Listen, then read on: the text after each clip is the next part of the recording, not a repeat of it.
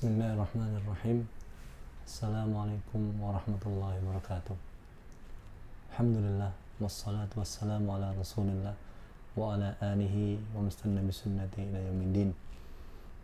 Para pemirsa channel Salam Dakwah yang dimuliakan oleh Allah subhanahu wa ta'ala dengan Islam dan iman, alhamdulillah wa syukurillah, dengan izin dan karunia-Nya kita masih diberikan kesempatan oleh Allah subhanahu wa ta'ala untuk bisa melaksanakan ibadah dalam berbagai macam bentuknya. Semoga Allah subhanahu wa ta'ala berkenan untuk menerima amal ibadah kita pada kesempatan kali ini. Semoga Allah menerima amal ibadah kita di masa lalu, dan semoga Allah akan menerima amal ibadah kita di masa yang akan datang.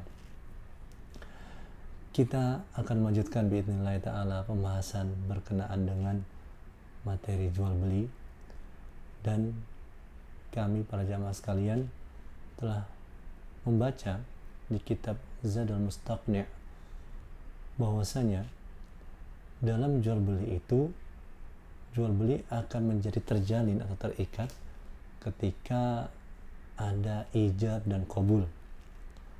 Ijab, menurut sebagian ulama, ijab artinya adalah lafaz yang bersumber dari si penjual.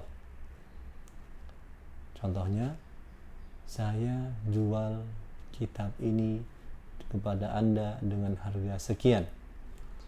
Sedangkan qabul adalah lafaz yang keluar atau bersumber dari pembeli. Seperti ungkapan pembeli, ya, saya terima penjualan Anda terkait kitab tersebut dengan harga sekian. Nah, para jamaah sekalian, ulama mensyaratkan bahwasanya ijab perlu mendahului al-qabul, atau al-ijab mendahului al-qabul. Namun ada keadaan tertentu memang dibolehkan al-qabul mendahului al-ijab. Namun secara umum, sekali lagi, al-ijab perlu untuk mendahului al-qabul. Nah, para jamaah sekalian azanallahu wa iyyakum,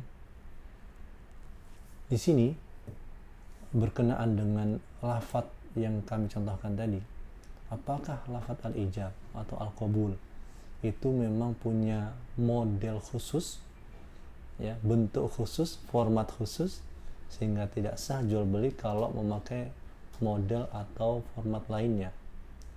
Allah Ta'ala pendapat yang kuat adalah tidak terikat dengan lafaz khusus, ya, untuk masalah jual beli ini. Tidak harus saya jual kepada Anda kitab ini dengan harga sekian, ya, tidak. Tapi bisa juga berarti, bisa bermakna atau bisa menggunakan kata malaktuka, aku jadikan engkau sebagai pemilik dari barang ini misalnya, ya. Nah, para jamaah sekalian azan wa iyyakum, perlu kita pahami, idealnya disebutkan dalam kitab Asy-Syarhul Mumti', idealnya antara lafaz ijab dan al-qabul itu berdekatan. Namun pendapat yang kuat, boleh bila tidak berdekatan dengan syarat, ya, artinya agak belakangan al-qabulnya. Ini dibolehkan dengan syarat yang pertama, ayyakuna fi majlisihi, ya, antara penjual dan pembeli itu masih di majlis akad yang sama, ya. Dan yang kedua, syaratnya adalah kedua belah pihak ini, yakni antara penjual dan pembeli, tidak sibuk dengan sesuatu yang kesibukan itu akan memutus, ya, jalinan antara ijab dan al-qabul, al-ijab dan al-qabul. Contohnya, misalnya bila seseorang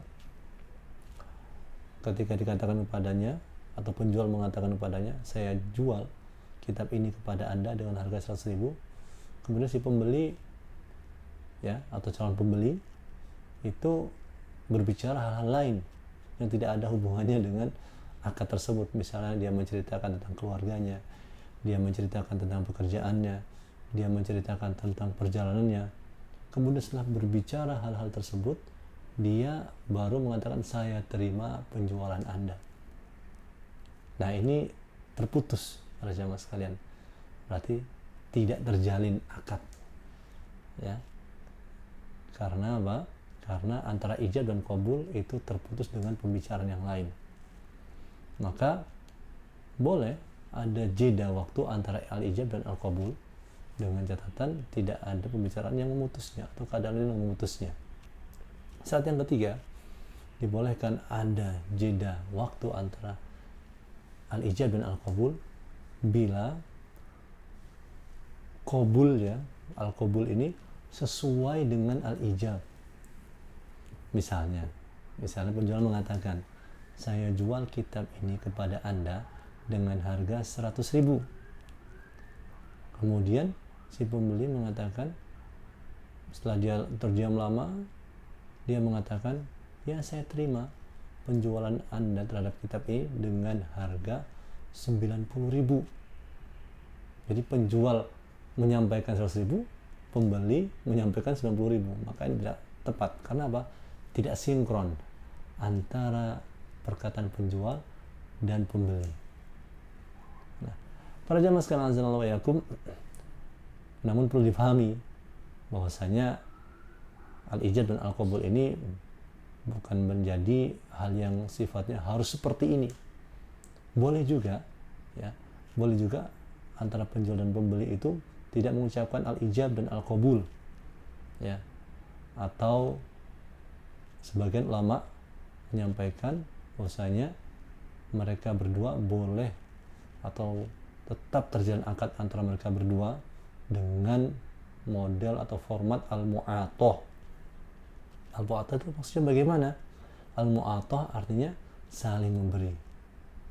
Misalnya penjual tidak berbicara apapun, dia hanya menuliskan harga di barang yang dia jual ya. Kemudian si pembeli juga tidak berbicara apapun, dia hanya menyerahkan uang ya sesuai dengan harga yang tertulis, kemudian pembeli membawa pergi barang tersebut ya. Jadi ini sah-sah saja ya. Namun terkadang al-mu'atoh ini tidak terbatas hanya dua, dalam artian terkadang dari satu pihak saja ya. Misalnya penjual tidak menyampaikan ucapan apapun, namun dia menulis sesuatu di barang dagangannya yang menunjukkan bahwasanya dia menjual barang tersebut dengan harga tertentu. Kemudian pembeli yang menyampaikan al-qabul dengan lisannya serta membayar dan membawa barang tersebut pergi.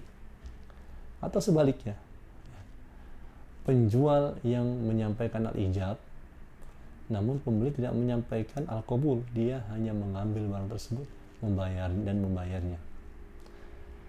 Tentu saja ini menunjukkan bagaimana mudahnya Islam. Sebagaimana katakan oleh Nabi sallallahu alaihi wasallam, "Inna ad-dina yusrun wa lan yushad ahadun hadha ad-dina illa ghalabah." Ya. Secara umum makna dari hadis ini adalah bahwasanya agama Islam itu mudah dan tidak ada orang yang mempersulit agama Islam ini kecuali dia akan terbebani, dia akan terkalahkan oleh perbuatan dia sendiri.